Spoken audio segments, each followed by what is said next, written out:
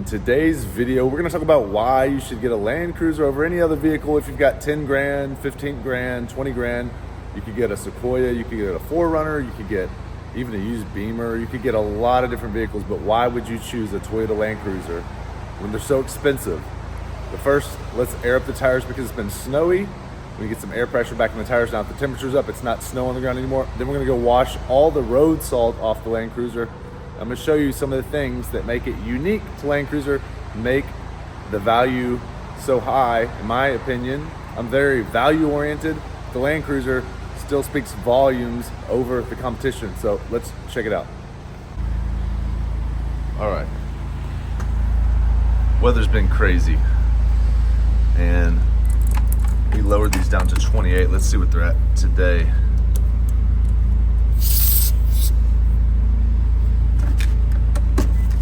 They are really, okay, let's get up to about 32 though.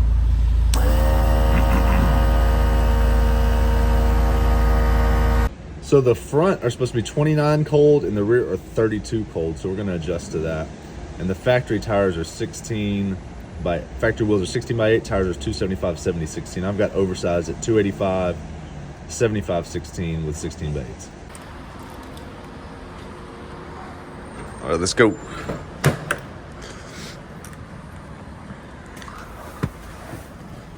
Here's the LEDs. These are super bright, super duper bright. But one of the things, just stepping in, all right, the leather seats, the soft leather on the door, the way the door handle feels. We've got this wood trim. I know it's really old. Who cares? We've got these rear visor openers. All these different things that make it unique. The way it sounds when you shut the door. The way the key feels when you turn it. How quiet it is when you start the vehicle. It's very, very, very quiet. The motor mounts hold the motor in well. The power steering is easy to turn even with these big wheels and tires.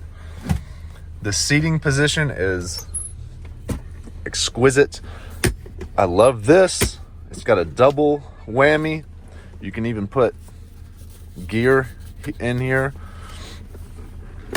It's just set up to roll. It is just set up. Look, 24 years old, Northwest. We're going Northwest, even though this is 24 years old. I've got my scan gauge up here, water temperature, miles per gallon. Look at this oil pressure, 327,000 miles, and the oil pressure is still really solid. So I'm in heaven. I'm in heaven. Look at this 2000s Toyota. So let's head to the car wash and wash all this salt off the bottom of the vehicle, because I don't want this rust-free 2000 Toyota with 327,000 miles to be rusty one day.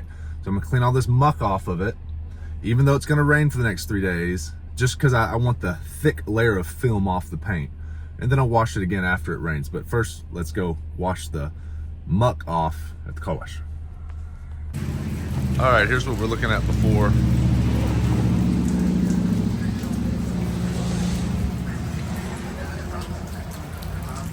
Snowy, basically.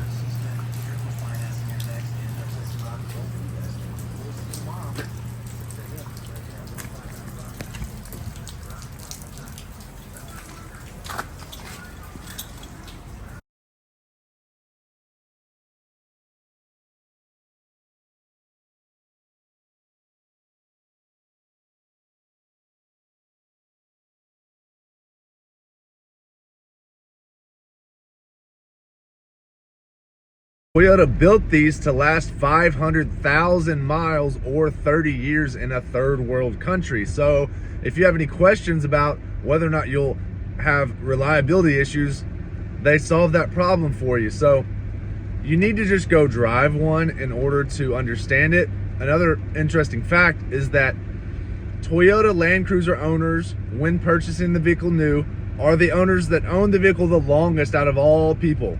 So they own the vehicle from new over 10 years, longer than any other brand, vehicle, make, or model, which says something about the people who buy Toyota Land Cruisers These are value-oriented people that want quality, durability, reliability, and will pay top dollar for that because they know they're going to keep it for longer than 10 years. They're not going to trade it out like a leased Beamer. They're going to keep the vehicle for a long time because it's high quality and it's very reliable. That's why you pay the upfront cost. You spread that out over 10 years and it's not really that expensive because you don't have to fix that many things. It's always going to start.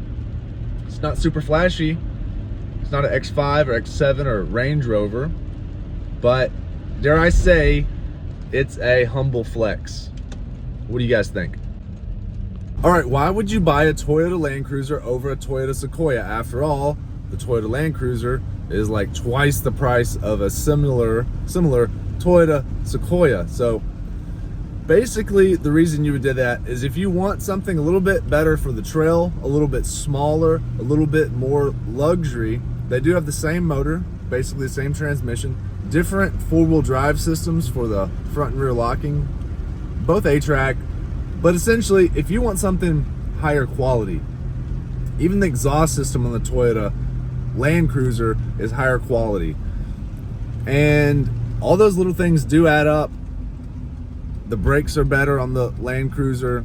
It's just generally more durable, more reliable, more luxurious, and over time it should hold its value better than the Toyota Sequoia. All right guys, now let's compare it to the Toyota 4Runner. Why would you buy a Toyota Land Cruiser over a Toyota 4Runner? Well, the Land Cruiser still has better off-road capability. Okay, so why would you pick a Toyota Land Cruiser over a Toyota 4Runner? Well, Toyota Land Cruiser has comparable off-road capability, but with a Toyota 4Runner, you will never have the prestige and the resale value. The Toyota 4Runner is just a 4Runner at the end of the day. Everybody in the world, all the way on the east side of the world, everywhere, understands that the Toyota Land Cruiser is the most luxurious, prestigious. It's going to hold the resale value the best. It's the most rugged, off-road capable, luxurious vehicle. It's the top dog, essentially. So that's why you buy the Toyota Land Cruiser. It holds its value. The Toyota Sequoia is not a great off-roader. It's a little bit too large. The off-road four-wheel drive system does not work as well. And the turning radius, since it's so long and they've changed the steering radius, it's not that great for turning radius. The shorter wheelbase Land Cruiser does much, much better than my Toyota Sequoia off-road.